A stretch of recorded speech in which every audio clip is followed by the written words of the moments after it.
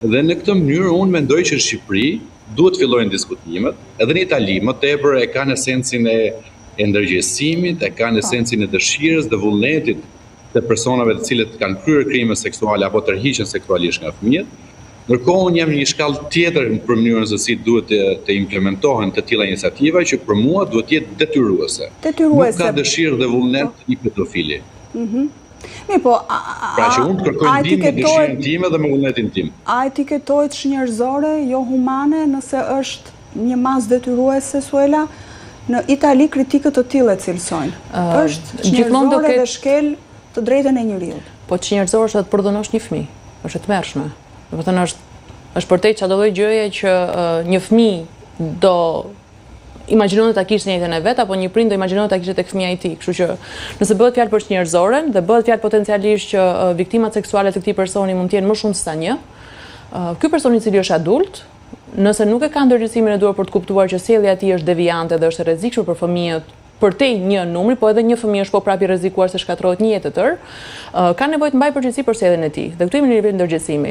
Përndryshe, patjetër edhe unë me fjalën e Mirgitit që në situatën ku ne jetojmë në shoqërinë tonë ku ende të kryesh marrëdhënie seksuale me 15 vjeçare është normale, se është rritur dhe i pëlqen, ndërkohë është minorene, dhe ai që kryen marrëdhënie mund të jetë 30 vjeç, se s'ka problem është vajzë e hedhur, pra ne jemi akoma në këtë lloj mentaliteti, ka nevojë të jetë një masë e fortë dhe të jetë prezente, të dihet që ka dhe një bazë të tillë ligjore, që edhe njerëzit të marrin një lloj përgjegjësie nëse duan të bëjnë veprime të tilla. Kështu që në këtë pikë, për sa kohë bëhet fjalë për drejtat e fëmijëve dhe drejta e fëmijëve bazike është të jetojnë të sigurt. Pra përveç faktit që duhet të kenë një banesë, përveç faktit që duhet rriten me arsime dhe me ushqimeve, duhet të rriten të sigurt. Pra që ne t'i garantojmë sigurinë e jetesës së fëmijëve, duhet t'i sigurojmë këtë jetë e cila është minimumi cilësore dhe pa përdhunime. Në momentin që personat nuk janë më funksional për të abuzuar seksualisht një fëmijë, që patjetër që e ul recidivën. Ata mund të kenë tentativë me mend për të bërë një akt të tillë, por të paktën fizikisht nuk e kryejnë dot. Dhe nga ana tjetër unë realisht besoj që patjetër duhet të jetë një masë shoqëruese edhe me dënimin që i bëhet përmes burgut, por që absolutisht ule edhe përsëritjen e rasteve për të rikthyer ky person në burg.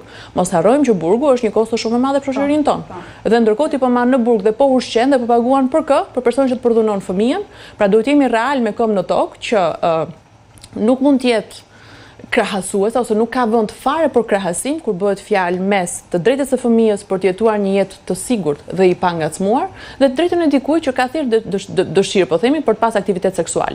Pra nuk mund të nuk barazohen këto. Mirë, zoti Vataj, a përputhet kjo me standardet e rehabilitimit që ndjek sistemi ynë në rast se do të kishte një propozim në Shqipëri? Domethënë, si mund të implementohej këtu? Në çfarë kushtesh flasim? E para njëherë në kushtetut, jo vetëm Shqipëri, por shumica vendeve, edhe në Bashkimin Evropian, por po them edhe për kushtetutën në Shqipëri, që fëmijët, gratë dhe vajzat gëzojnë një mbrojtje të veçantë të shtetit. Dhe aq më tepër kur bëhet fjalë për fëmijët të cilët mund të jenë potencialisht viktima të abuzimit seksual. Dhe pjesa e rehabilitimit, ne nuk po flasim më për rehabilitim, por po flasim për parandalim.